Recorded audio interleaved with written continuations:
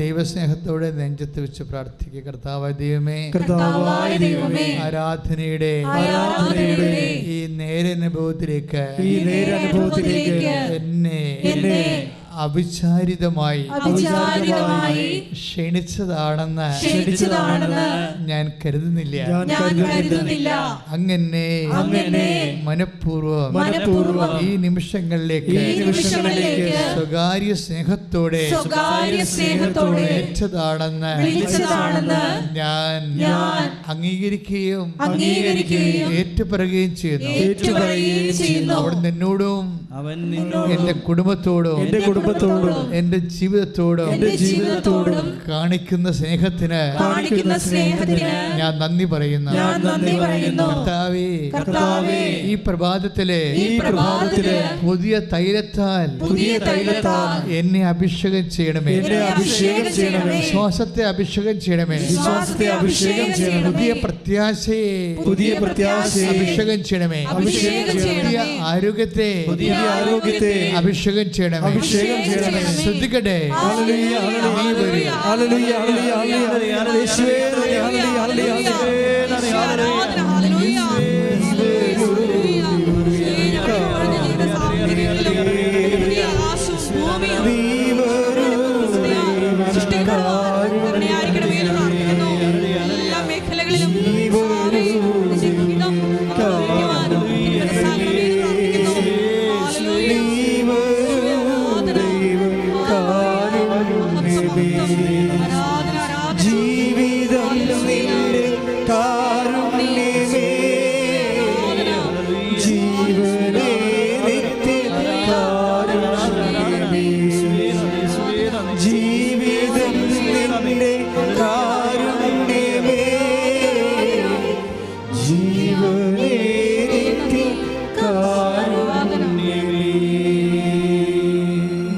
ആരാധ്യയുടെ മുമ്പിൽ നിൽക്കുന്നത് ഇപ്പോഴ്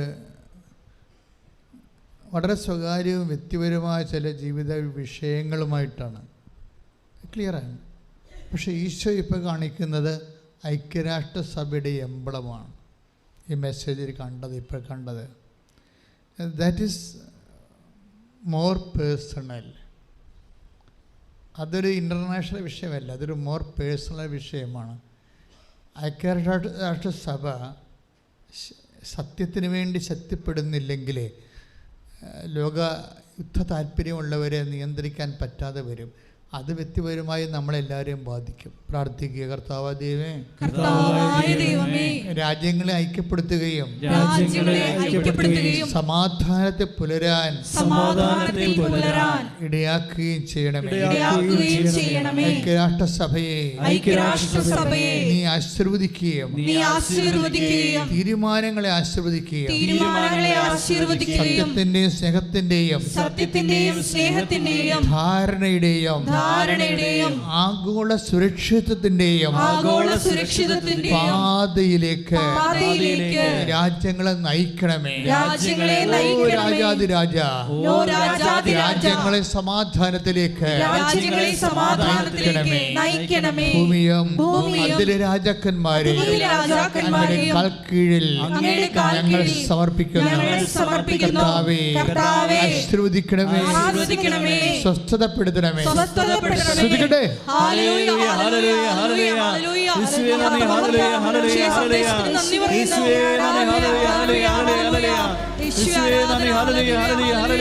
ലോകരാജ്യങ്ങളെ പ്രത്യേകമായിട്ട് ദിവ്യകാരുണ്യസന്നിധിയിൽ സമർപ്പിച്ച് പ്രാർത്ഥിക്കുന്നു.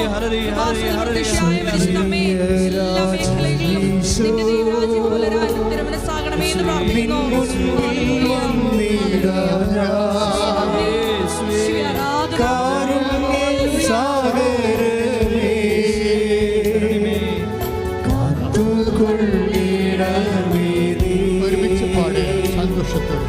സ്വർഗീയ രാജനീശോ നിൻ മുൻപിൽ വന്നിടാ കാരുണ്യ സാഗരമേ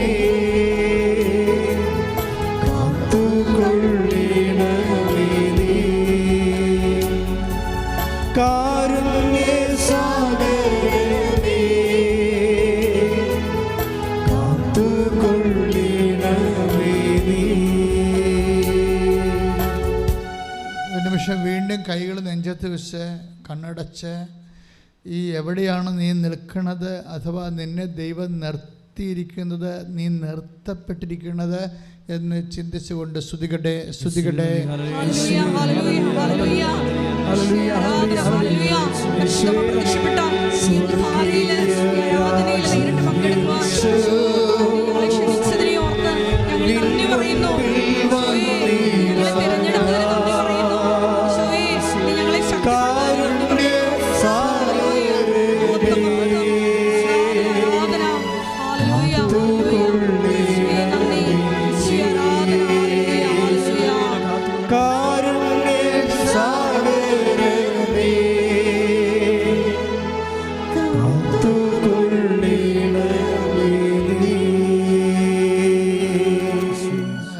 പ്രിയപ്പെട്ടവരെ, നമ്മൾ പാടുമ്പോൾ നിങ്ങളത് പ്രാർത്ഥിക്കുന്ന ഒരു ഫീല് വേണം.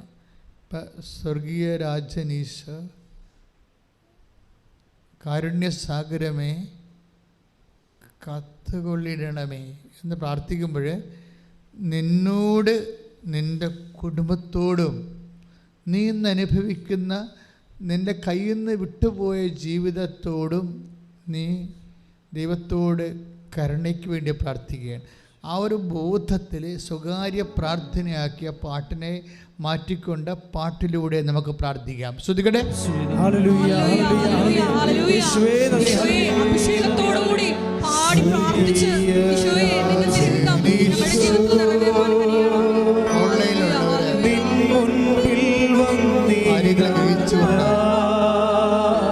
ശ്വാസാർപ്പിച്ച്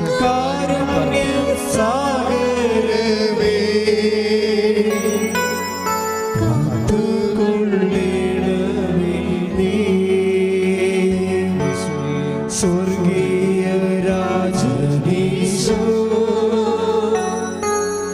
നിൻ മുൻപിൽ വന്നിതാ കാരുണ്യസാഗരമേ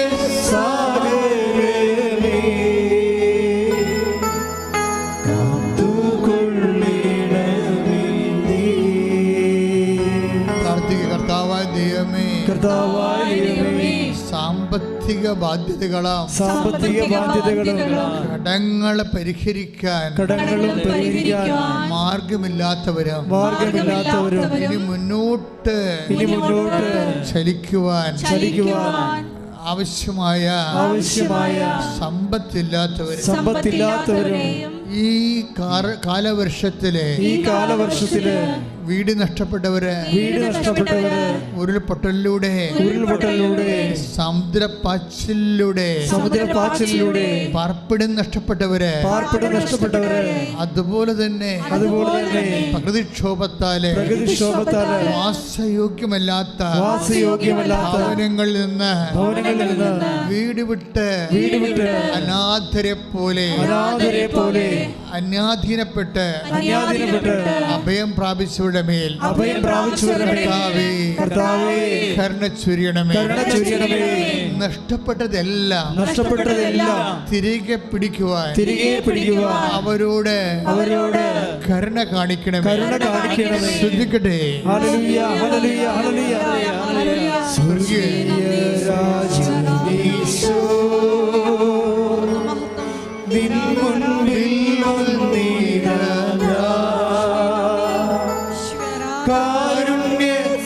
കാരുണ്യസാഗരമേ കാത്തുകൊള്ളിടണമേ നീ. കാരുണ്യസാഗരമേ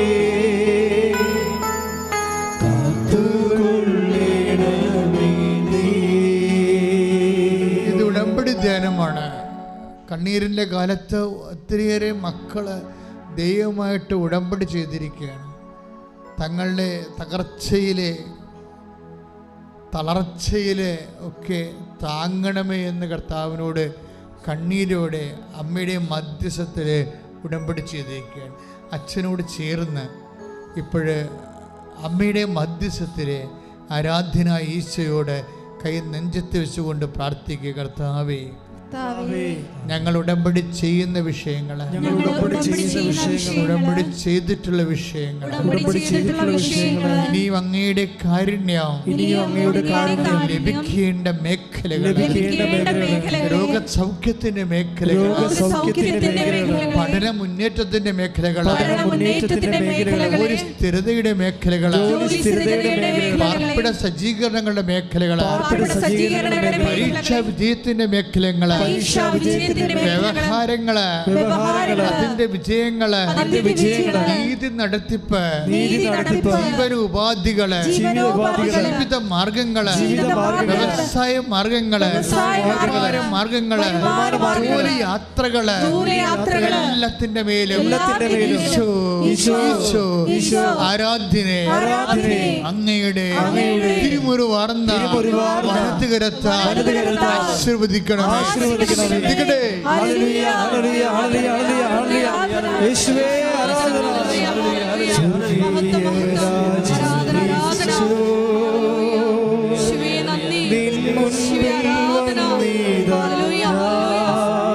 ജീവിത മേഖലകളെ സമർപ്പിക്കുന്നു,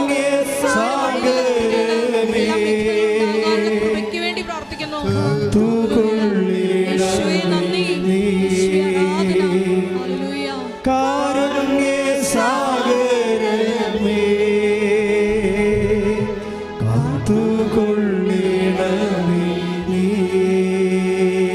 വിവാഹ തകർച്ചകളെ, വിവാഹം ഒത്തുവരാത്തവര്, കുഞ്ഞുങ്ങളില്ലാത്തവര്, വിവാഹ വ്യവഹാരങ്ങളിൽ കഴിയുന്നവര്, കുടുംബ തകർച്ചയിലേക്ക് പോകാൻ പോകുന്നവര്, കുഞ്ഞുങ്ങൾ അനാഥമാകുന്നവര്, ആ കുടുംബങ്ങളോടെല്ലാം, ആ വിവാഹ്യ ബന്ധങ്ങളോടെല്ലാം ആ ജീവിതത്തിൽ ഒറ്റപ്പെട്ടു പോയവര്, ആ മേഖലകളിലെല്ലാം കർത്താവിന്റെ കാരുണ്യം ചൊരിയാൻ വേണ്ടി സ്തുതിക്കട്ടെ, സ്തുതിക്കട്ടെ.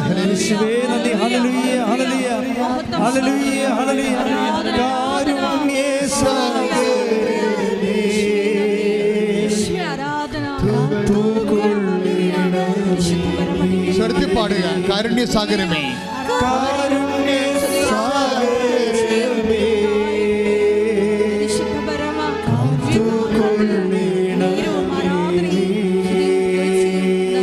പരീക്ഷ എഴുതിയവര്, എഴുതി കഴിഞ്ഞിട്ട് റിസൾട്ട് മോശമാണെന്ന് സ്വന്തമായിട്ട് അറിയാവുന്നവര്, കണ്ണീരോടെ തന്നെ പരാജയത്തിൻ്റെ ഫലങ്ങൾ പ്രതീക്ഷിക്കുന്നവര്, പരീക്ഷ എഴുതാൻ പോകുന്നവര്, അതിനൊരുങ്ങിക്കൊണ്ടിരിക്കുന്നവര്, റിസൾട്ട് വന്നിട്ട് റീവാലുവേഷൻ വിട്ടിരിക്കുന്നവര്, പ്രൊഫഷണൽ പരീക്ഷകൾക്ക് വേണ്ടിയും അതുപോലെ തന്നെ മറ്റ് പരീക്ഷകൾ, അക്കാഡമിക് പരീക്ഷകളെല്ലാം ജീവിത മുന്നേറ്റത്തിന് വേണ്ടിയും ജീവിതം ഗതിമുട്ടി നിൽക്കുന്ന അവസ്ഥകൾ, മരവിച്ചു പോയ പോലെ അവസ്ഥകൾ, ഇനി പഠിക്കാൻ പണമില്ലാത്തവരെ, ഇനി പരീക്ഷയ്ക്ക് പണമില്ലാത്തവരെ, എല്ലാവരുടെ മേലും കർത്താവിൻ്റെ കാരുണ്യം ചൊരിയട്ടെ. ശ്രദ്ധിക്കട്ടെ.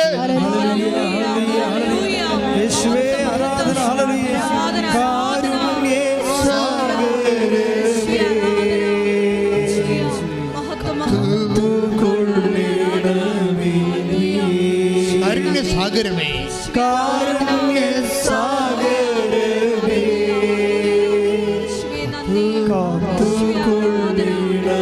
സ്വർഗീയ രാജനീശോ, ഒരുമിച്ച് പാടുക, സ്വരത്തിൽ പാടുക. നിൻ മുൻപിൽ വന്നിതാ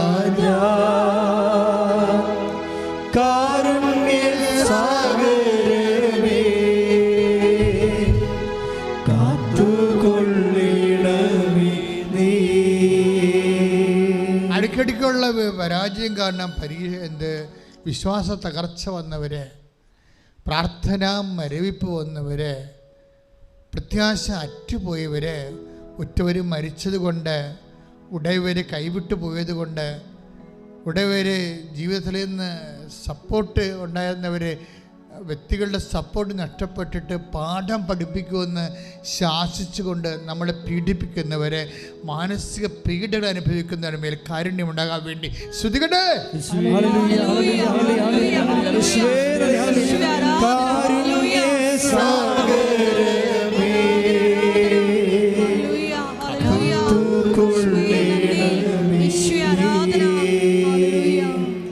കാരുണ്യ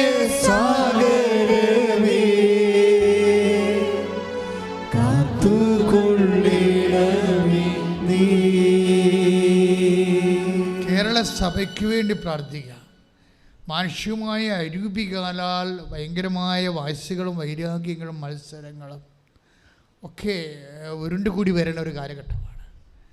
ആധ്യാത്മിക തേജസ് തുളുമ്പി പരിശുദ്ധാത്മാവിൻ്റെ കൃപയായി മാറേണ്ടവരെ, പലതരത്തിലുള്ള വ്യാമോഹങ്ങളിലെ അഭിഷേകം നഷ്ടപ്പെടുന്ന തീരുമാനങ്ങൾ എടുക്കുന്നവരെ, ഈ മേഖലകളിലെല്ലാം കർത്താവിൻ്റെ ചൈതന്യം ഇറങ്ങി വസിച്ച് സഭയെ നവീകരിച്ച് വിശ്വാസികളെ ശക്തിപ്പെടുത്ത് ദൈവത്തിൻ്റെ ജനത്തിൻ്റെ അഭിഷേകത്തിലെ ലോകം പ്രകാശം കാണാൻ വേണ്ടി സ്തുതിക്കട്ടെ.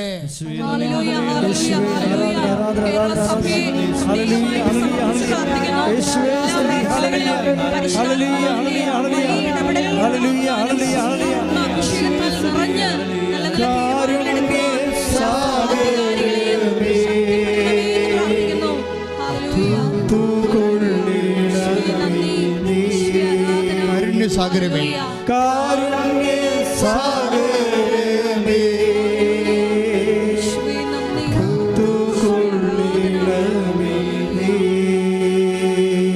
ഒരു നിമിഷം നിന്റെ കൈ നെഞ്ചത്ത് വെച്ചുകൊണ്ട് ഓൺലൈനിലുള്ളവരും പ്രത്യേകം ശ്രദ്ധിക്കുക. അവരെപ്പോൾ ആരാധന കൂടിയാലും ആ സമയത്ത് കൈ നെഞ്ചത്ത് വെച്ച് കണ്ണീരോടെ പ്രാർത്ഥിക്കേണ്ടതാണ്.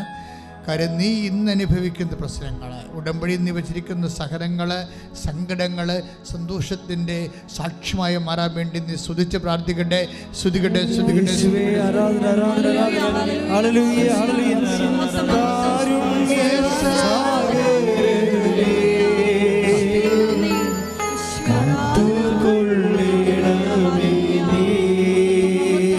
കാരുണ്യ സാഗരമേ, കാരുണ്യ സാഗരമേ,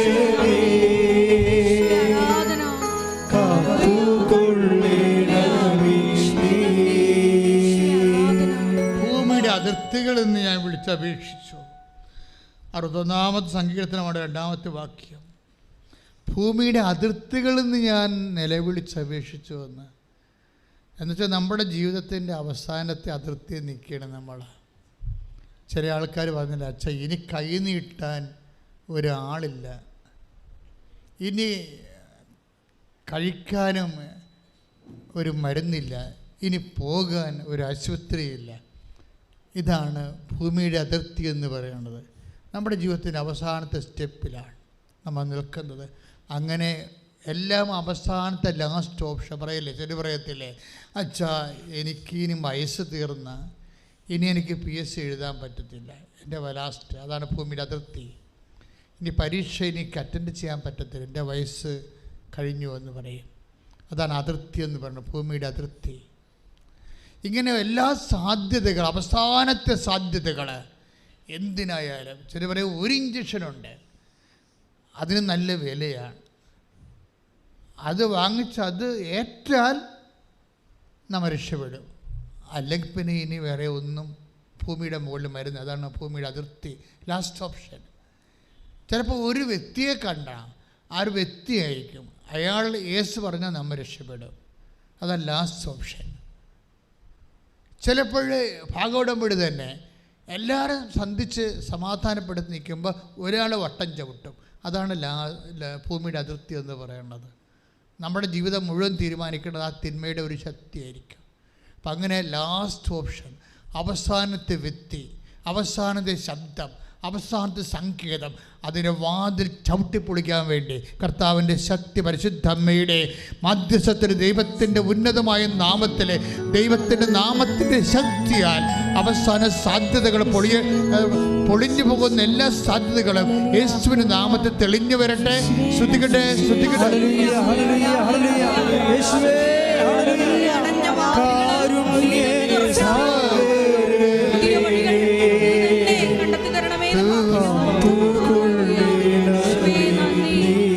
കാരുണ്യ സാഗരമേ, കാരുണ്യ സാഗരമേ,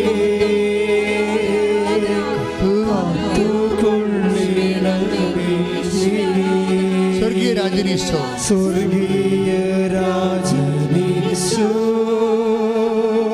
നിൻ മുൻപിൽ വന്നിടാ ഞാൻ, കാരുണ്യ സാഗരമേ,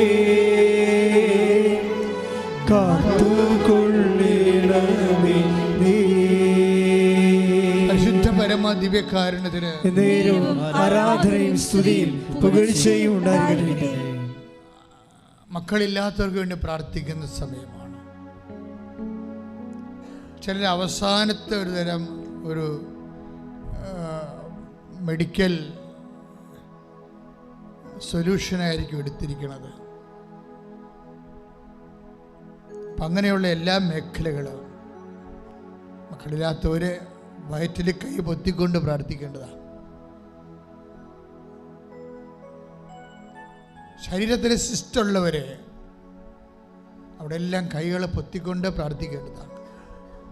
തൈറോയിഡുകാർ, ടോൺസൈറ്റുകാർ, സ്പോണ്ടിലോസിസുകാരെല്ലാം കഴുത്തിൽ കൈ പൊത്തി പ്രാർത്ഥിക്കേണ്ടതാണ്. നടുവിന് വേദനയുള്ളവർ, കിഡ്നി രോഗികളും നടുവിൽ കൈവച്ച് പ്രാർത്ഥിക്കണം. PCODക്കാരെ പൊക്കിളിന് താഴെ കൈവച്ച് പ്രാർത്ഥിക്കണം. ഉദരരോഗികൾ ഊടിന് ഒപ്പം കൈവച്ച് പ്രാർത്ഥിക്കണം.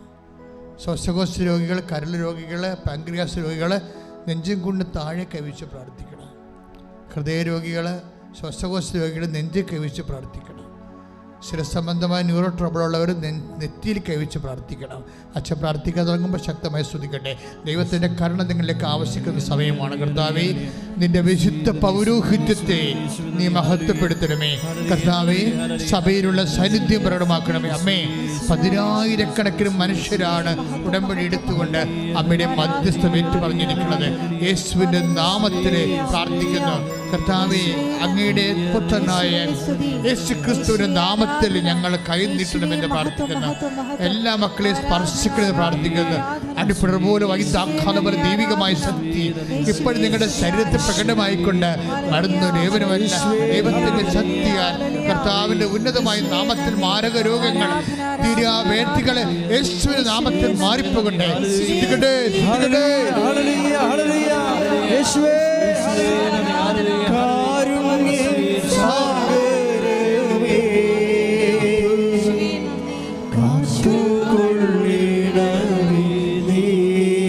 സ്വർഗീയരാജനീശോ, സ്വർഗീയരാജനീശോ,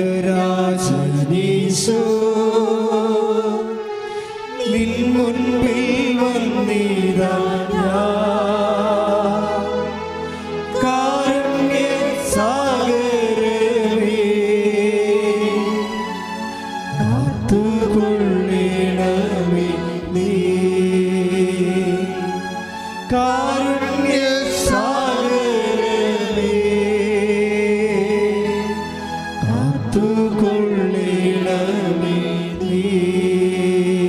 രാജ്യം വിട്ടു പോയിരിക്കുന്നവരെ, വീട് വിട്ടു പോയിരിക്കുന്നവരെ, നാട് വിട്ടു പോയിരിക്കുന്നവരെ, ചിലപ്പോൾ പഠനകാര്യമാകാം, ചിലപ്പോൾ ജോലിക്കാര്യമാകാം, പല വിസ പ്രോബ്ലം ഉള്ളതുകൊണ്ട് തിരിച്ചു വരാൻ പറ്റാത്തവരെ, അവരൊക്കെ സമർപ്പിച്ച് പ്രാർത്ഥിക്കുന്ന സമയമാണിത്.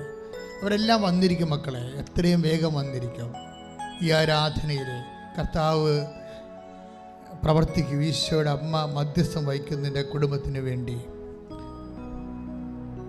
നിൻ്റെ മനസ്സും നിൻ്റെ മക്കൾ ചിലപ്പോൾ നിൻ്റെ സ്നേഹം വിട്ടുപോയി കാണാം. ഒരു സ്നേഹവും കാണിക്കണില്ലാത്ത മക്കൾ അവർ നിന്നെ വിട്ടു പോയിരിക്കുകയാണ്. അവരൊക്കെ തിരിച്ചു വരും. നീ എന്തുമാത്രം കഷ്ടപ്പെട്ടതാ, നീ എന്തുമാത്രം ഇൻവെസ്റ്റ് ചെയ്താണ്. ഇന്ന് അവർ പ്രത്യേക പ്രേമക്കുരുക്കിലും പ്രത്യേക ആന്തരികമായ അധമ ബന്ധങ്ങളിലൊക്കെ പെട്ട് അവരെ കുരുങ്ങിയിരിക്കുകയാണ്. ആ കുരുക്കെല്ലാം അഴിച്ചുകൊണ്ട് അമ്മ അവരെ തിരിച്ചു കൊണ്ടുവരും. ശ്രദ്ധിക്കട്ടെ. ഹല്ലേലൂയ, ഹല്ലേലൂയ, ഹല്ലേലൂയ. യേശുവേ നന്ദി, ഹല്ലേലൂയ. കാരുണ്യേ സാഗരേ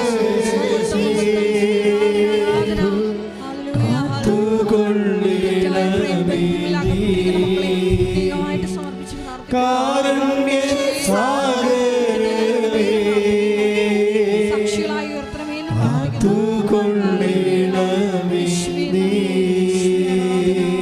വിദേശ രാജ്യത്തെ സ്വദേശങ്ങളിലുമൊക്കെ അന്യായമായ തടങ്കലിൽ കിടക്കുന്നവർ, ന്യായമായ തടങ്കലിലാണെങ്കിൽ പോലും അവിടെ ശിക്ഷയുടെ സമയം കഴിഞ്ഞിട്ട് വീണ്ടും അവർക്ക് സ്വാധീനമില്ല, പണമില്ല, ഇല്ലാത്തതുകൊണ്ട് ജീവിതം പെട്ടുപോയവരെ,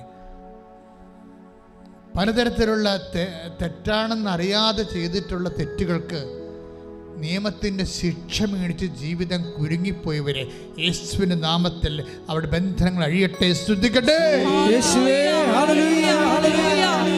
കാരുണ്യ സാഗരമേ പാടി പ്രാർത്ഥിച്ചപ്പോൾ പരാഹൃത വാതിലുകൾ തുറന്ന കർത്താവേ, ഈശോയെ, മക്കളുടെ ജയിലറകൾ തുറന്ന് അവരെ മോചിപ്പിക്കണമേ എന്ന് പ്രാർത്ഥിക്കുന്നു. ഈശോയെ ആരാധന.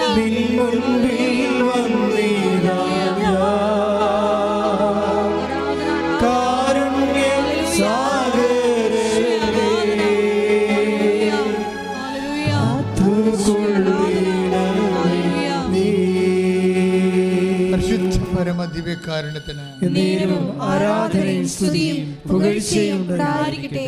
2 പ്രളയങ്ങള്, 2 കൊറോണ, 2 വർഷത്തെ കൊറോണ, ഇതെല്ലാം വന്ന് ജനങ്ങളുടെ സാമ്പത്തികമായി തകർന്ന് ബാങ്കിൻ്റെ പലിശ ഒരു വരുമാനം ഇല്ലാത്ത കാരണം ഇങ്ങനെ കൂടിക്കൊണ്ടേയിരിക്കുന്നു. പക്ഷെ പാർലമെൻറ്റ് തീരുമാനം പോലും ബാങ്കിന് അനുകൂലമാണ്. ഇനി നിങ്ങൾ കോടതി പോകേണ്ട കാര്യമില്ല, ബാങ്കിന് നേരിട്ട് ജിപ്റ്റ് ചെയ്യാമെന്ന് പറഞ്ഞിരിക്കുക. നമ്മൾക്ക് ജനതങ്ങൾക്ക് ദൈവം മാത്രമേ ഉള്ളൂ. ആ ദൈവത്തിൻ്റെ മുമ്പിലാണ് ഈ ആരാധന കണ്ണീരിടണത്. കർത്താവ് നിൻ്റെ വിഷയത്തിൽ തീരുമാനമെടുക്കും, കർത്താവ് നിൻ്റെ കണ്ണീരിനെ ഏറ്റെടുക്കും എന്ന് ആഴമായ വിശ്വാസ ബോധ്യമുള്ളവരെ കൈ ഉയർത്തിക്കൊണ്ട് സ്തുതിക്കട്ടെ, സ്തുതിക്കട്ടെ. ഹല്ലേലൂയ, ഹല്ലേലൂയ, ഹല്ലേലൂയ. ഞങ്ങൾ വിശ്വസിക്കുന്നു, ഞങ്ങൾ ഏറ്റുപറയുന്നു, ഞങ്ങൾ പ്രത്യാശിക്കുന്നു, ഞങ്ങൾ ഏറ്റുപറയുന്നു.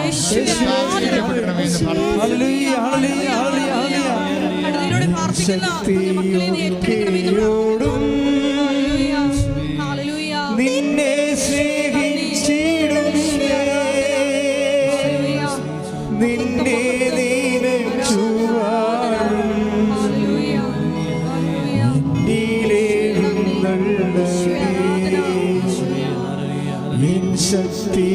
ശക്തിയൊക്കെയോടും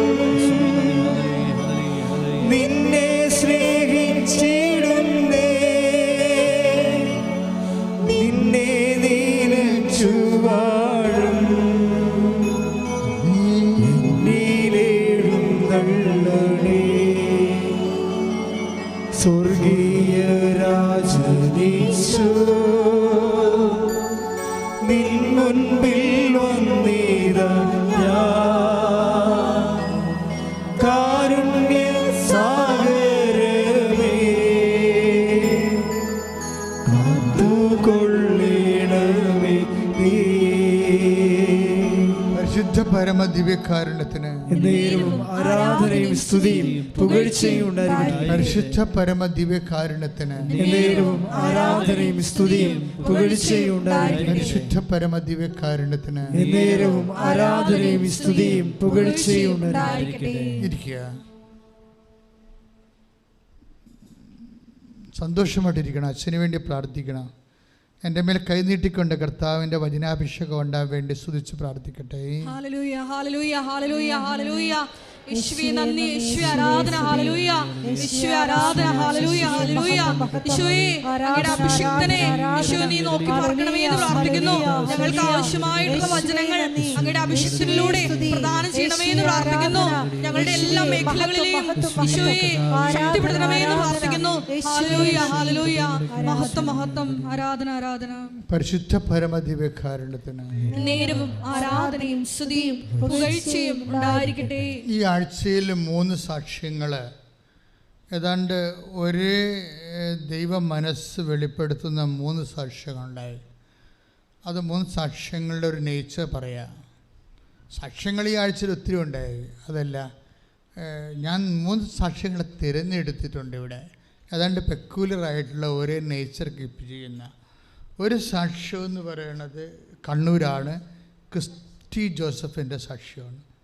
ക്രിസ്റ്റി ജോസഫ് ചെറുപ്പക്കാരനാണ്. ക്രിസ്റ്റി ജോസഫിൻ്റെ സാക്ഷ്യം അയാൾ പറയണത്, എനിക്ക് ദൈവം ഒരു അത്യാവശ്യമായിട്ട് തോന്നിയിട്ടില്ല. ആ സാക്ഷ്യമാണ് എന്നെ വളരെ സ്പർശിച്ചത്. എനിക്ക് ദൈവം ഒരു അത്യാവശ്യമായിട്ട് തോന്നിയിട്ടില്ല. ഞാൻ അവിശ്വാസിയൊന്നുമല്ല, പക്ഷേ എനിക്ക് ദൈവമായിട്ട് പേഴ്സണൽ ബന്ധമൊന്നുമില്ല. അങ്ങനെ ഒരു പേഴ്സണൽ ബന്ധം ഉണ്ടാക്കണമെന്ന് എനിക്ക് തോന്നിയിട്ടുമില്ല. പക്ഷെ ഞാൻ വിശ്വാസ നിഷേധിയൊന്നുമല്ല. പക്ഷേ എന്താ സംഭവിച്ചു കഴിഞ്ഞാൽ എനിക്ക് ദൈവത്തെ ആശ്രയിക്കേണ്ടതാണ്, എനിക്ക് ദൈവവുമായിട്ടൊരു വ്യക്തിപരമായ ബന്ധം ഉണ്ടാവേണ്ടതാണ്. അങ്ങനെ ഒരു അവയർനെസ് ഇതുവരെ വന്നിട്ടില്ല. അപ്പോൾ ഉടമ്പടി എടുത്തപ്പോൾ വന്നല്ല അദ്ദേഹം പറയണത്. ഉടമ്പടി എടുത്തപ്പോൾ കുറേ കാര്യങ്ങൾ സംഭവിച്ചു. അല്ലെങ്കിൽ വളരെ വളരെ മിടുക്കനായ ഒരു ചെറുപ്പക്കാരനാണിത്. ക്രിസ്റ്റി ജോസഫ് ഒരു മിടുക്കനായ ചെറുപ്പക്കാരനാണ്, നല്ല ആരോഗ്യമുള്ള ചെറുപ്പക്കാരനാണ്, നല്ല വിദ്യാഭ്യാസത്തിൽ കുതിപ്പുള്ള ആളാണ്, അദ്ദേഹത്തിനൊരു ഫ്ലോപ്പില്ലാത്ത ആളാണ്, അദ്ദേഹത്തിന് 90% മാർക്ക് എല്ലാത്തിലും കൂടുതലുള്ള ആളാണ്. അപ്പോൾ അയാൾ IELTS പഠിപ്പിക്കുന്ന ആളാണ്. അപ്പോൾ താനിങ്ങനെ എല്ലാത്തിനും പോകുന്ന ആളാണ്. അയാൾ അത് കണ്ടൻ്റ് ആൻഡ് കോൺഫിഡൻ്റ് ആണ്. അതാണ് പ്രശ്നം. ദൈവത്തെ ഒരു ആവശ്യമില്ലാതെ തോന്നണത് മേ ബി എ ട്രാജഡി. നമ്മുടെ ഒരു ട്രാജഡി എന്ന് പറയണത് ദൈവത്തെ ഒരു ആവശ്യമില്ലാതെ തോന്നണത് തന്നെയാണ്. അതുതന്നെയാണ് ധനവാനെന്ന് പറയണത്. നമ്മൾ പറയുന്ന പണക്കാരനല്ല ധനവാൻ, ബൈബിളിലെ ധനവാൻ. ദൈവത്തെ ആവശ്യമില്ലാത്ത ഒരവസ്ഥ മാനസികമായി തോന്നുന്ന ആൾക്കാർ ധനവാന്മാരാണ്. അതിനാണ് പോർ സ്പിരിറ്റ് മത്തായി ശ്ലീഹ പറയണത്, ആത്മന ദാരിദ്ര്യമുള്ളവർ ഭാഗ്യവാന്മാർ എന്ന് വെച്ചാൽ എനിക്കൊന്ന് വിരൽ ഞൊടിക്കണമെങ്കിൽ പോലും എൻ്റെ കർത്താവ് എന്നെ കനിയണമെന്ന് ചിന്തിക്കുന്ന കുറേ മനുഷ്യരുണ്ട്. അവരാണ് ദൈവമാണ് ഏറ്റവും വലിയ സമ്പത്ത്. ആ സമ്പത്ത് എനിക്കില്ലെങ്കിൽ ഞാൻ ദരിദ്രനാണ് എന്ന് ചിന്തിക്കുന്ന വ്യക്തികൾ.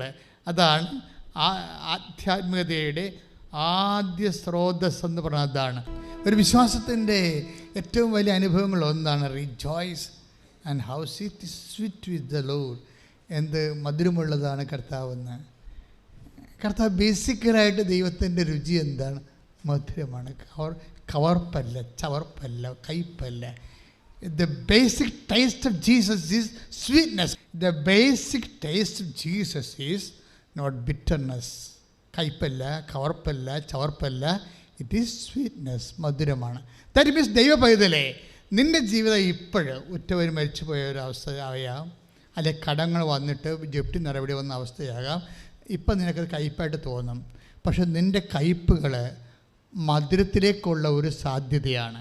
ഈ കയ്പിനെ ബേസിക്കായിട്ട് അവസാനം വന്ന് നിൽക്കണ എവിടെയായിരിക്കും? മധുരത്തിലായിരിക്കും.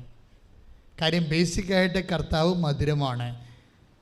Taste and see how sweet is the lord എന്ന് വെച്ചാൽ എത്ര മധുരമുള്ളതാണ് കർത്താവ് എന്ന് ചോദിക്കുമ്പോൾ നമ്മൾ ഏത് കവർപ്പായാലും ചവർപ്പായാലും കയ്പായാലും അതെല്ലാം ക്രമേണ അവസാനിക്കാൻ പോണത് മധുരത്തിലായിരിക്കും. അതായത് സങ്കീർത്തനം 34:8 കർത്താവ് എത്ര നല്ലവനാണെന്ന് രുചിച്ചറിയുവിൻ. ഇതിന് ചില ഇംഗ്ലീഷിൽ ആണ് ഞാൻ പറഞ്ഞത്. കർത്താവ് how sweet is the lord, taste and see how sweet is the lord. അതായത് കർത്താവ് എത്ര മധുരമുള്ളവനാണെന്ന് രുചിച്ചറിയുവിൻ. അതായത് നമ്മളെ കൃപാസനത്തിന് അൾത്താരയിൽ അങ്ങനെ ഒരു വ്യാഖ്യാനം വന്നാൽ, അതായത് നീ കവർപ്പോ ചവർപ്പോ കയ്പോ ഒക്കെയാണ് ഇപ്പോൾ നീ അനുഭവിക്കുന്നുണ്ടെങ്കിലും ഇതൊക്കെ കൺവേർട്ട് ചെയ്ത് ഒടുവിൽ വരാൻ പോകുന്നത് മധുരത്തിലേക്കാണ്. കാരണം ബേസിക്കായിട്ട് ദൈവം മധുരമാണ്. മനസ്സിലായില്ലേ? അത് ഉറ്റവരുടെ മരണമായാലും നിൻ്റെ ജപ്തി നടപടിയായാലും പരീക്ഷയുടെ തോൽവിയായാലും നിൻ്റെ ജോലി നഷ്ടമായാലും ജപ്തി നടപടിയായാലും കറങ്ങിത്തിരിഞ്ഞ് ഇത് തിരിച്ച് മധുരത്തിലേക്ക് വരാൻ സാധ്യതയെന്ന് പറയുന്നത് അമ്മയാണ് നിന്റെ ജീവിതം മധുരിപ്പിക്കാൻ വേണ്ടി മധ്യസ്ഥം വഹിക്കുന്നത്. കർത്താവ് തന്ന ഓൺലൈൻ വ്യാഖ്യാനമാണ്. എന്താണ്? ബേസിക്കായിട്ട് ദൈവം മധുരമുള്ളവനാണെന്ന് ഞാനും കേട്ടിട്ടില്ല. ഇപ്പോഴാണ് പരിശുദ്ധാത്മാവ് പറയുമ്പോഴാണ് ഞാൻ കേട്ടിരിക്കുന്നത്. എന്നിട്ട് ആത്മാവ് എന്താ പറഞ്ഞിരിക്കണത്? നീ ഇപ്പോൾ കയ്പിലാണ് ജീവിക്കണത് വിചാരിച്ചോ, അല്ലെങ്കിൽ നീ ചവർപ്പിലോ കവർപ്പിലോ ആണ് ജീവിച്ചിരിക്കണത്. പക്ഷേ ഇത് ക്രമേണ വെയിറ്റ് ആൻഡ് സീ, നീ വെയിറ്റ് ചെയ്യാൻ പറഞ്ഞിരിക്കുകയാണ്. ബൈബിൾ എപ്പോഴും പറയുന്നൊരു വാക്കാണ് വെയിറ്റ് ആൻഡ് സീ. വെയിറ്റ് ചെയ്യാൻ പറയും, അതായത് നീ കാത്തിരിക്കാൻ പറയും. കാത്തിരിക്കുക എന്ന് വെച്ച് കഴിഞ്ഞാൽ വിശ്വാസത്തിൽ കാത്തിരിക്കുക, ദൈവസ്നേഹത്തിൽ കാത്തിരിക്കുക, പ്രത്യാശയിൽ കാത്തിരിക്കുക. 27 സങ്കീർത്തനം 14 തിരുവചനം. വായിച്ചോളൂ. കർത്താവിൽ പ്രത്യാശ അർപ്പിക്കുവിൻ. ഏറ്റു പറഞ്ഞ കർത്താവിൽ പ്രത്യാശ അർപ്പിക്കുവിൻ. കർത്താവിൽ പ്രത്യാശ അർപ്പിക്കുവിൻ.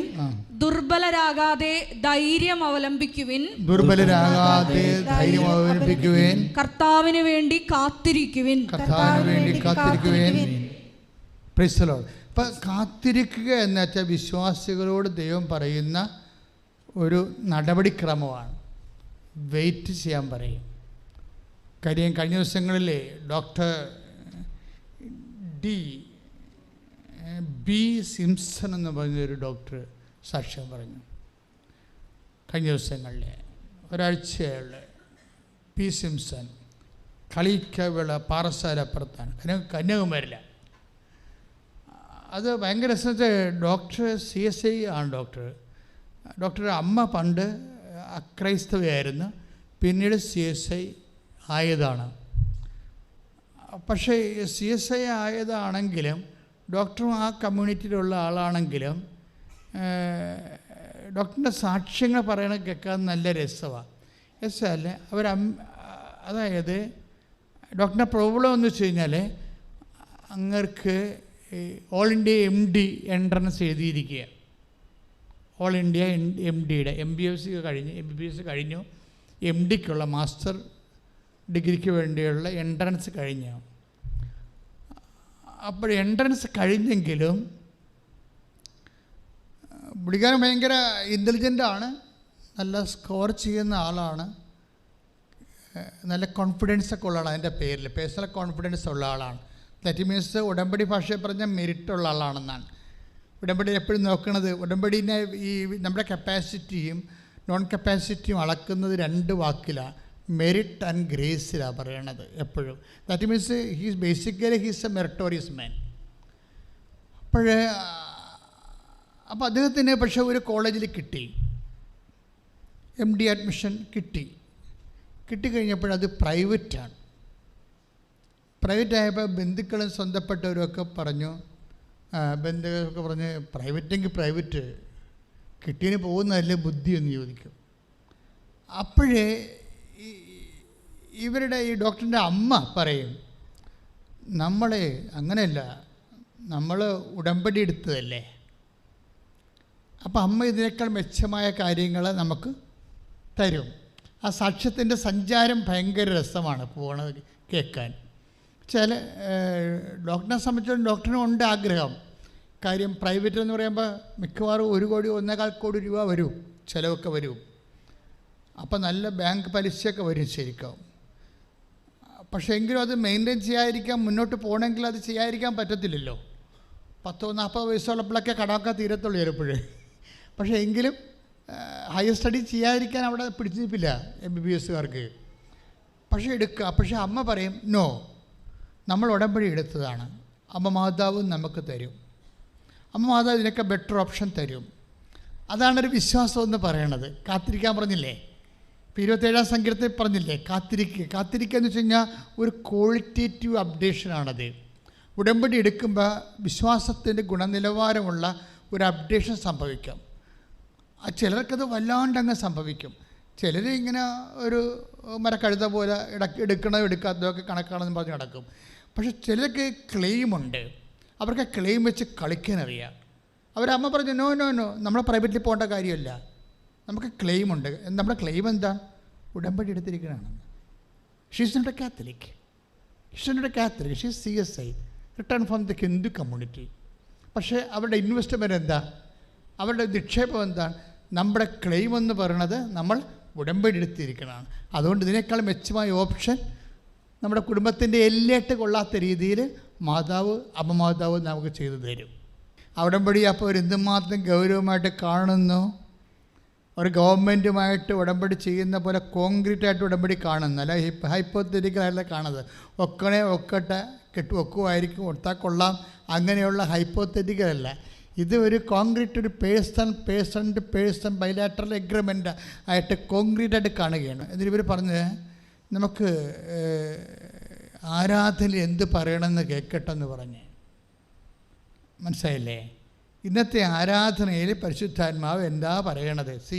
ആരാധനയെ അവർ കാണുന്നത് ഒരു പ്രോഗ്രാമായിട്ടല്ല, ദൈവം സംസാരിക്കുന്ന അവരുടെ ജീവിതത്തോട് ദൈവം ഇൻട്രാക്ട് ചെയ്യുന്ന ഒരു പ്ലാറ്റ്ഫോമായിട്ടാണ് കാണുന്നത്. അല്ലെങ്കിൽ അത് തന്നെ ഈ കൃപാസനത്തിൻ്റെ ഇൻസ്റ്റിറ്റ്യൂട്ട് ചെയ്യുന്നതിൻ്റെ ഉദ്ദേശം എന്താ? ബൈബിളിൽ എന്തിനാണ് കൃപാസനം സ്ഥാപിക്കണത്? കൃപാസനത്തിൽ നിന്നുകൊണ്ട് ഞാൻ എൻ്റെ ജനതയോട് സംസാരിക്കുമെന്നാണ് പറഞ്ഞത് ദൈവം.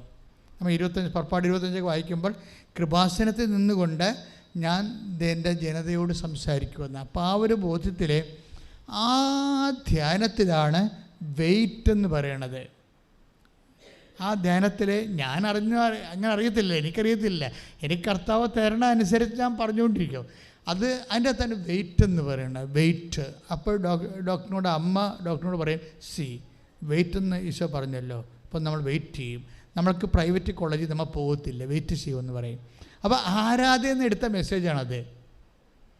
അതാണ് ഈ വിഷയത്തെ എന്തുമാത്രം യാഥാർത്ഥ്യമായി പേഴ്സണൽ കമ്മ്യൂണിക്കേഷനായിട്ട് ആൾക്കാർ അങ്ങനെ പ്രവാചകനായി സ്വീകരിക്കുന്നവന് പ്രവാചകൻ്റെ പ്രതിഫലം, നീതിമാനെ സ്വീകരിക്കുന്നവന് നീതിമാൻ്റെ പ്രതിഫലം എന്ന് വചനത്തിലില്ലേ?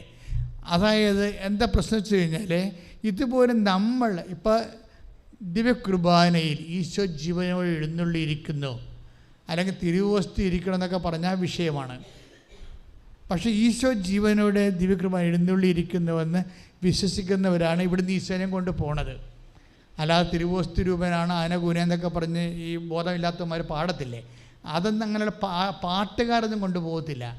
അവർക്കറിയാം this is Jesus, that is load എന്ന് പറഞ്ഞാൽ പോലും നമ്മൾ അതിനെ ആക്ടിവേറ്റ് ചെയ്യാൻ ഉദ്ദേശിക്കുന്നില്ലെങ്കിൽ നമുക്ക് അതിൻ്റെ എഫിക്കസി ഉണ്ടാകത്തില്ല. അപ്പം ഞാൻ കഴിഞ്ഞ ആഴ്ച പറഞ്ഞില്ലേ, അത് കർത്താവാണെന്ന് യോഹന്നാൻ പറഞ്ഞു. പക്ഷേ കർത്താവിൻ്റെ സഭയെ നോക്കി പാർക്കാനുള്ള അധികാരാവകാശങ്ങൾ കിട്ടിയത് പറഞ്ഞ ആൾക്കല്ലല്ലോ, ചെയ്ത ആൾക്കല്ലേ. അത് കേട്ട് വെള്ളത്തിലേക്ക് ചാടിയ പത്രോസിനല്ലേ. ഇതുപോലെ ഒരു വിഷയം ഇതിൻ്റെ അകത്തുണ്ട്. നമുക്ക് കാര്യങ്ങളൊക്കെ അറിയാം എന്ന് പറഞ്ഞതുകൊണ്ട് അറിഞ്ഞുകൊണ്ട് വീട്ടിലിരിക്കുകയുള്ളൂ. വീട്ടിലിരുത്തുകാരെക്കുറിച്ചും കഴിഞ്ഞ ആഴ്ച പറഞ്ഞായിരുന്നു അല്ലേ? ലാസറിൻ്റെ പെങ്ങളെ മറിയം വീട്ടിൽ തന്നെ ഇരുന്ന് മാർത്തായോട് ഈശോ പുനരുദ്ധാനത്തിൻ്റെ രഹസ്യങ്ങൾ പറഞ്ഞു. അവർ വീട്ടിൽ നിന്ന് ഇറങ്ങിയിട്ടാണ്. അതായത് ചൊല്ലണവർക്കല്ല, ചെയ്യുന്നവർക്കാണ് ഉടമ്പടിയുടെ സാകല്യം ലഭിക്കുന്നത്. ഡോക്ടറും അമ്മയും വെയിറ്റ് ചെയ്യാൻ എന്താണ് ഇതിനേക്കാൾ ബെറ്റർ ആയിട്ടുള്ള ഓപ്ഷൻ? ഗവൺമെൻറ് സീറ്റിൽ വരും. അപ്പോൾ അവർക്ക് കുറച്ചുകൂടി അഫോർഡബിൾ ആകും. പണച്ചുരുക്കം, കുറച്ച് ചിലവ് കുറഞ്ഞ് അവർക്കത് ചെയ്യാൻ പറ്റും. അതുകൊണ്ട് അവർ വെയിറ്റ് ചെയ്യാൻ. അപ്പോൾ വെയിറ്റ് ചെയ്യുക എന്ന് വെച്ച് കഴിഞ്ഞാൽ മറ്റുള്ളവരൊക്കെ അഡ്മിഷൻ മേടിച്ച് കയറി പോകുമ്പോഴേ വെയിറ്റ് ചെയ്യേണ്ടത് ഒരു റിസ്ക്കാണ് ശരിക്കും. അതാണ് വിശ്വാസത്തിൽ എടുക്കുന്ന റിസ്ക്കാണത് അവരെടുക്കുന്നത്. പക്ഷേ റിസ്ക് അധികം സമയം എടുക്കേണ്ടി വന്നില്ല. ഒരിക്കലുമില്ലാത്ത രീതിയിൽ മാതാവ് ഒരു പുതിയ വാതിൽ തുറന്നു കൊടുക്കും. ഇപ്പോൾ ബൈബിളിൽ പറയത്തില്ലേ, ഞാനൊരു പുതിയ കാര്യം ചെയ്യുമെന്ന് പറയത്തില്ലേ? ഐസയ്യ 43:19, ഇതാ ഞാൻ പുതിയ ഒരു കാര്യം ചെയ്യുന്നു. പറഞ്ഞേ, ഇതാ ഞാൻ പുതിയ ഒരു കാര്യം ചെയ്യുന്നു, അത് മുളയെടുക്കുന്നത് നിങ്ങൾ അറിയുന്നില്ലേ? ഞാൻ വിജന പ്രദേശത്ത് ഒരു പാതയും മരുഭൂമിയിൽ നദികളും ഉണ്ടാക്കും. വാഗ്ദാനമാണത്, പ്രോമിസാണ്, ഉടമ്പടിയുടെ ഭാഗമാണ്. ഉടമ്പടിയുടെ ഒരു നമ്മൾ ആശ്രയം വെക്കുന്ന ക്ലെയിമാണ്. എന്താണ്? 43:19 ഒന്ന് പറഞ്ഞു, ഇതാ ഞാൻ ഒരു പുതിയ കാര്യം ചെയ്യുന്നു, ഇത് മുളയെടുക്കുന്നത് നിങ്ങൾ അറിയുന്നില്ലേ? ഞാൻ വിജന പ്രദേശത്ത് ഒരു പാതയും മരുഭൂമിയിൽ നദികളും ഉണ്ടാക്കും. രണ്ടും മനുഷ്യനെ ക്ലേശകരമായ കാര്യമാണ്. എന്താണ്? വിജന പ്രദേശത്ത് 10,000 ഏക്കർ സ്ഥലത്ത് ഒരു പാത വെട്ടുക ക്ലേശകരമാണ്. പിന്നെന്താണ്? മരുഭൂമിയിൽ നദികൾ. അപ്പോൾ ജീവിതത്തിൽ ഒട്ടും നടക്കത്തില്ല എന്ന് പറയുന്ന സ്ഥലങ്ങളിൽ ദൈവം പുതിയ വഴികൾ, പുതിയ കാര്യങ്ങൾ ചെയ്യും. ഇത് നമ്മളുടെ അവകാശമാണ്. എന്താ കാര്യം? അത് ദൈവത്തിൻ്റെ വാഗ്ദാനമാണ്. പറഞ്ഞ മനസ്സിലായില്ലേ? ഉടമ്പടി ആശ്രയം വെക്കണം എവിടെയാണ്? വാഗ്ദാനങ്ങളിലാണ്. ആ വാഗ്ദാനങ്ങൾ ഒന്നെന്താണ്? ഒരു പുതിയ കാര്യമാണ് അന്നുവരെ നടക്കാത്തത്. അന്നുവരെ നടക്കാത്തൊരു കാര്യം ഡോക്ടർ ബി സിംസൻ്റെ ജീവിതത്തിൽ നടക്കുന്നത്. വെല്ലൂർ മെഡിക്കൽ കോളേജിൽ MDക്ക് കോൾ ഫോർ ചെയ്യും. അപ്പം നിങ്ങൾ ചോദിക്കും, പണ്ടങ്ങനെ ഇല്ലായിരുന്നോ? പണ്ടങ്ങനെ ഇല്ലായിരുന്നോ? പണ്ട് നിയമം, വെല്ലൂർ മെഡിക്കൽ കോളേജിലെ നിയമം എന്ന് പറയണത് മൈനോറിറ്റി കോളേജിലെ 2 കൊല്ലം പഠിപ്പിച്ചവർക്ക് മാത്രമേ MDക്ക് സീറ്റ് കിട്ടത്തുള്ളൂ. അതാണ് നിയമം. അതുകൊണ്ട് ഫ്രഷ് ഹാൻഡ്സ് എല്ലാം പുറത്ത് പോകും. പഴയ നിയമം അനുസരിച്ച് മൈനോറിറ്റി കോളേജിൽ 2 കൊല്ലം പഠിപ്പിച്ച് എക്സ്പീരിയൻസ് ഉള്ളവർക്ക് മാത്രമേ ആപ്ലിക്കേഷൻ ചെയ്യാൻ പറ്റത്തുള്ളൂ. പെട്ടെന്നാണ് ഈ നിയമം എടുത്ത് മാറിയത്. ഒരു പുതിയ കാര്യം എന്നെ കണ്ടില്ല. നിയമങ്ങൾ മാറ്റിക്കൊണ്ട് മരുഭൂമിയെ നീർച്ചാലായിട്ടും അതുപോലെ തന്നെ വിജനപ്രദേശത്ത് പുതിയ പാതയുമായിട്ടും പുതിയ കാര്യം എന്നത് വാഗ്ദാനത്തിൻ്റെ ഭാഗമാണ്. പക്ഷേ ഇത് ആരുടെ വാഗ്ദാനമാണ്? ഈ വാഗ്ദാനം ആരാ പ്രാപിക്കണത്? ഡോക്ടറിൻ്റെ മദറാണ്. എന്താ പറയണത്? കർത്താവ് ഇപ്പോൾ സംസാരിക്കും, നമ്മൾ വെയിറ്റ് ചെയ്യും. അതായത് എന്താ നമ്മൾ വെയിറ്റ് ചെയ്യുമെന്ന് പറയുന്നത് എന്തുകൊണ്ടാണ്? ഡോക്ടറിൻ്റെ അമ്മ എന്തുകൊണ്ടാണ് നമ്മൾ വെയിറ്റ് ചെയ്യുമെന്ന് പറയണത്? അത് അവർ മുളയെടുക്കണത് അറിയുന്നുണ്ട്. ചോദ്യം കേട്ടില്ലേ? നമ്മൾ 43 എന്താ പറയുക 19 എന്താ പറയുക? ഐസയ ഒരു പുതിയ കാര്യം ഞാൻ ചെയ്യാൻ പോകുന്നു, അത് മുളയെടുക്കുന്നത് നിങ്ങൾ അറിയുന്നില്ലേ? അപ്പോൾ ഡോക്ടറിൻ്റെ അമ്മ അത് കർത്താവ് എന്തോ ചെയ്യാൻ പോകുന്നു എന്നുള്ളത് സെൻസ് ചെയ്തിട്ടുണ്ട്. പക്ഷേ ആ ഉടമ്പടി എടുത്തിട്ടും ഓരോ കാര്യവും ഭയങ്കര കഷ്ടപ്പെട്ടാണല്ലോ നടക്കണമെന്ന്. ഞാൻ പറഞ്ഞു, ഉടമ്പടി എടുത്തില്ലെങ്കിൽ കഷ്ടപ്പെടാൻ പോലും കർത്താവ് പറയത്തില്ലായിരുന്നു നിന്നോട്. മനസ്സിലായില്ലേ? ആകെ ഉടമ്പടിയാണ് അവരുടെ കാര്യം. കല്യാണം, മക്കളുണ്ടാകുന്ന കേസ്, വസ്തു വിൽപ്പന, വസ്തു വാങ്ങൽ. ഇപ്പം ചിലർ വന്ന് എന്നോട് ഈ കുറേ നാളൊക്കെ ആയിട്ട് വരുന്നവർക്ക് ഒരു പരിചയം ഉണ്ടാവില്ല അച്ഛനുമായിട്ട്. അപ്പോൾ അവർ ആ അധികാരത്തിൽ ചോദിക്കും, ഉടമ്പടി എടുത്തിട്ടും കുറേ കഷ്ടപ്പെട്ടാണല്ലോ അച്ഛാ കാര്യങ്ങൾ നടക്കുന്നത്. അപ്പോൾ ഞാൻ തിരിച്ചു പറയും, ഉടമ്പടി എടുത്തിട്ടുണ്ടെങ്കിൽ കഷ്ടപ്പെട്ടാണ് കാര്യങ്ങൾ നടക്കണമെങ്കിൽ ഉടമ്പടി എടുക്കാതിരുന്നെങ്കിൽ കാര്യങ്ങളേ നടക്കത്തില്ല. പക്ഷേ വേറൊരു വിഷയം ഇതിൻ്റെ അകത്തുണ്ട്. കഷ്ടപ്പെടുമ്പോൾ ഓർക്കണേ, കഷ്ടപ്പാടെന്ന് പറഞ്ഞാൽ ആരാണ് കഷ്ടപ്പെടുന്നത്? അല്ലേ? നിങ്ങളല്ലേ കഷ്ടപ്പെടുന്നത്. ദാറ്റ് മീൻസ് എന്താണ്? മെരിട്ടെന്നല്ല എൻ്റെ അർത്ഥം. ഇത് മെരിറ്റിൽ നിന്ന് ഈ വിഷയം ഈശോ തെറിപ്പിച്ച് കളയുകയാണ്. നോട്ട് ബൈ മെരിറ്റിൽ നിന്ന് കർത്താവ് മാറ്റുകയാണ്. ഇപ്പോൾ ഈ ഡോക്ടറുടെ കേസ് കണ്ട വെല്ലൂർ മെഡിക്കൽ കോളേജിൽ കോൾ ഫോർ ചെയ്തു. പക്ഷേ 2 ദിവസമേ ഉള്ളൂ ആപ്ലിക്കേഷന്. ഇവരറിയണത് 2 ദിവസമാണ് ഉള്ളത് ആപ്ലിക്കേഷൻ സബ്മിറ്റ് ചെയ്യാൻ. അപ്പോൾ ടെൻഷനായില്ലേ? ടെൻഷൻ പിന്നെ അവർ കണ്ടില്ലേ? ഇനിയിപ്പോൾ ഇത് കൂടും കുറച്ച് കഴിയുമ്പോൾ. അത് നിങ്ങൾ ശ്രദ്ധിക്കണം. ഇപ്പോൾ കല്യാണമായാലും സ്ഥലമെടുപ്പായാലും നിങ്ങളുടെ പരീക്ഷ ആയാലും ചിലത് നേരെ sorry set to the tension എന്ന് പറഞ്ഞ പോലെ ടെൻഷനിലേക്കാണ് സാധനം പോണത്. അതിൻ്റെ അർത്ഥം അപ്പത്തന്നെ നിങ്ങൾക്ക് വിവേചിക്കാൻ കഴിയണം. എന്താണ്? ഇത് മെരിറ്റിലല്ല നടക്കാൻ പോണത്, ഗ്രേസിലാണ്. മെരിറ്റിൽ ഇത് നടക്കുന്നത്, യോഗ്യതയിൽ നടക്കത്തില്ല. ഇത് കർത്താവ് പൂർണ്ണമായിട്ട് വിഷയം ഏറ്റെടുക്കുമ്പോഴാണ് നമ്മളെ ടെൻഷൻ പിടിപ്പിക്കുന്നത്. കാര്യം മാനുഷ്യമായിട്ട് നിൻ്റെ ക്ലെയിം എല്ലാം കട്ട് ചെയ്ത് കളയും. എൻ്റെ കഴിവ് കൊണ്ടാണ്, എൻ്റെ ബുദ്ധി കൊണ്ടാണ്, എൻ്റെ സ്വാധീനം കൊണ്ടാണ്, റെക്കമെൻഡേഷൻ കൊണ്ടാണ്, ആനയാണ് കൂരയാണെന്നൊക്കെ പറഞ്ഞുകൊണ്ട് നീ കർത്താവിനെ ഇത് മാറ്റത്തില്ലേ? പിശാസ് ഒരിക്കലും ദൈവം മഹത്വപ്പെടുന്നത് സഹിക്കാൻ പറ്റത്തില്ല. അതുകൊണ്ട് നിന്നോട് പറയും, ബന്ധുക്കൾ പറഞ്ഞിട്ടാണ്, ഗവൺമെൻറ് നിയമം മാറ്റിയിട്ടാണ് ആനയുടെ കൂരെന്ന് പറഞ്ഞിട്ട് കർത്താവിൻ്റെ ആ മഹത്വം എടുത്തിട്ട് പണ്ട് മുതലേ ഉള്ളതാണ് പിശാസിന് മഹത്വത്തിൻ്റെ കൈമാറ്റം. മഹത്വത്തിൻ്റെ കൈമാറ്റം എപ്പോഴും നമ്മൾ വിശ്വാസികൾ വളരെ ഇൻ്റലിജൻ്റായിട്ട് നോക്കേണ്ട ഒരു അപകട മേഖലയാണ്. ബെർമൂഡ ആധ്യാത്മിക ലോകത്തുള്ള ഒരു ബെർമൂഡ ട്രയാങ്കിളാണ്. എന്നുവെച്ചാൽ മഹത്വത്തിൻ്റെ കൈമാറ്റം. എന്നുവെച്ചാൽ മഹത്വത്തിൻ്റെ കൈമാറ്റം എന്ന് പറയണത് ദൈവത്തിന് കിട്ടേണ്ട മഹത്വം തന്ത്രപരമായിട്ട് പിശാച് അടിച്ചു മാറ്റുകയോ മനുഷ്യന് അധികാര സ്ഥാനങ്ങളിൽ ചാർത്തി കൊടുക്കുകയോ ചെയ്തിട്ട് നിന്നെ ദൈവത്തിൽ നകറ്റും. ഇതാണ് മഹത്വത്തിൻ്റെ കൈമാറ്റം എന്ന് പറയുന്നത്. അത് ഒരു ശരിക്കും പറഞ്ഞാൽ ഒരു പിന്തിരിപ്പൻ ആധ്യാത്മികതയാണ്. അതായത് മഹത്വത്തിൻ്റെ കൈമാറ്റം. അത് ബൈബിളിലുണ്ട് അതിനെക്കുറിച്ച്.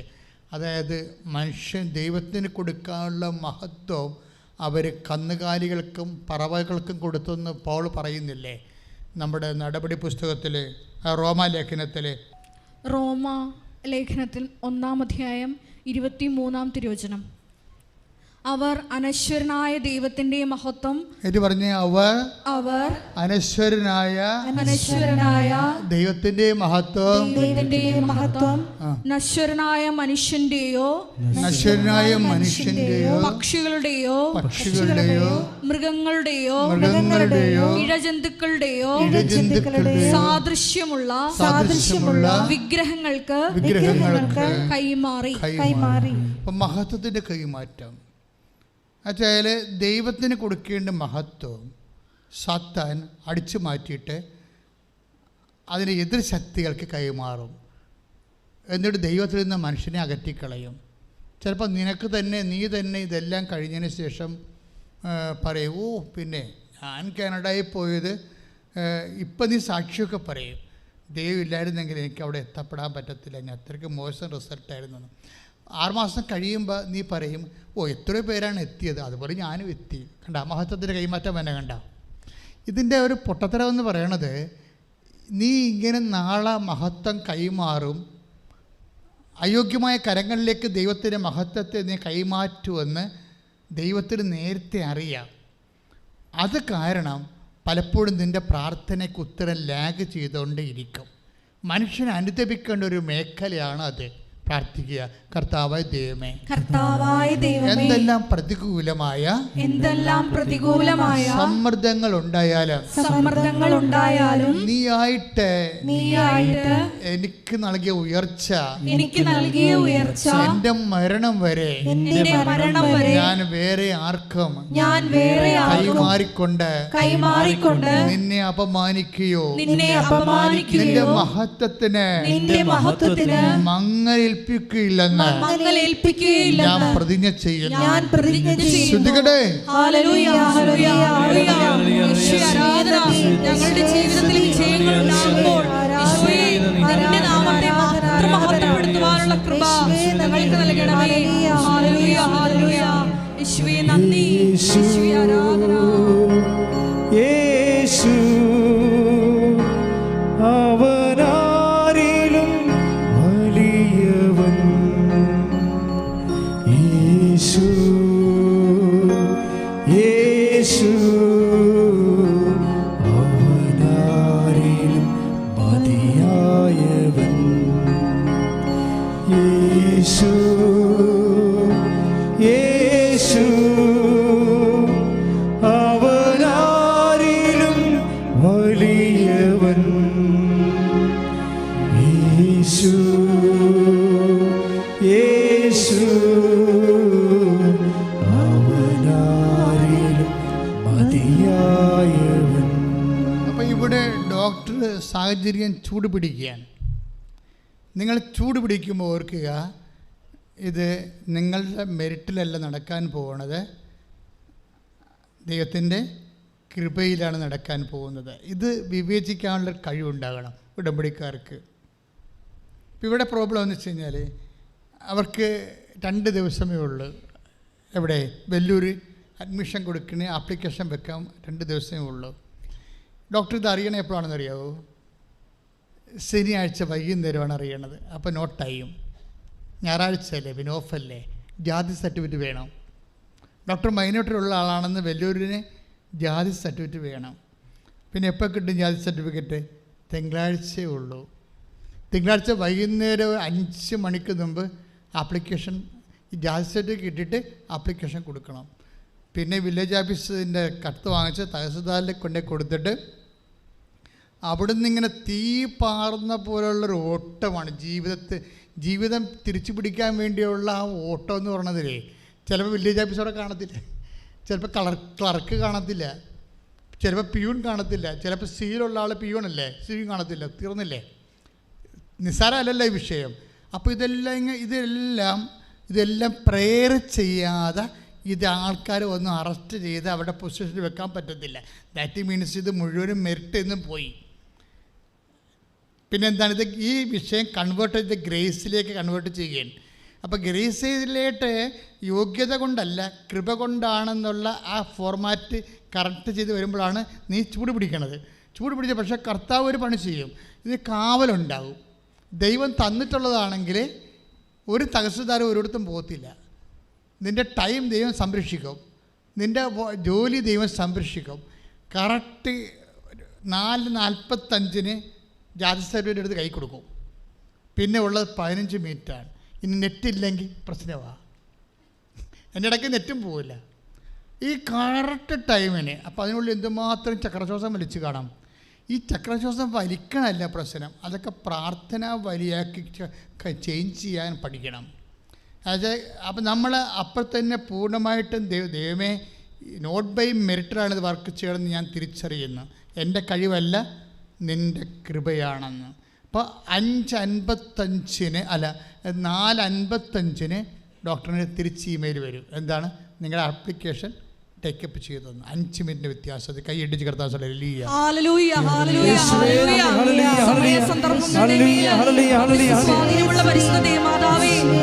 ജീവിത വിഷയങ്ങളിലും സമയബന്ധിതമായി ഇടപെടണമേ. കൃപയാനുദിനവും കൃപയാലേ കൃപയാലേ കൃപയാനുദിനവും ബലഹീനതയിൽ ബലമേ ബലവാനായോ നടത്തിടുന്നു. ബലഹീനതയിൽ ബലമേകി ബലവാനായോ നടത്തിടുന്നു. കൃപയാലേ കൃപയാലേ കൃപയാനുദിനവും കൃപയാ